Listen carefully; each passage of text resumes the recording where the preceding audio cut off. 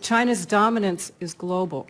And a powerhouse when it comes to the world's medication supply, with some on Capitol Hill painting a dire picture of where the U.S. stands when it comes to our supply of generic drugs, highlighting that most of the key ingredients in our medications comes from China.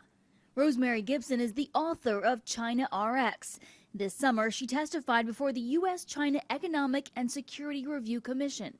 In 5 to 10 years, we'll have virtually no manufacturing capacity left for generic drugs. And again, this is 90% of our medicines. She says we rely on these drugs for everything from earaches and strep throat to Alzheimer's and epilepsy. One worry is that given the rising tension between the U.S. and China over trade, China could one day use drugs as leverage against the U.S.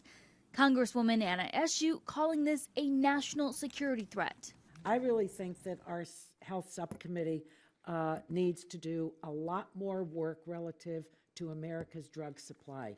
But Dan Eikenson, with trade policy studies at the Cato Institute, says while the U.S. should work toward having more ways to supply ingredients for our medications, it still benefits China to keep a good relationship with the U.S. I think there's a silver lining in the sense that both governments recognize that there is interdependence.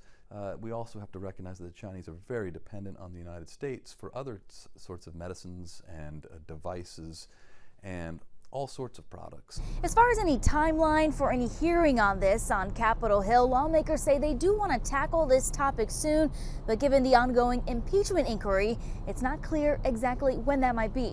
In Washington, I'm Angelica Alvarez.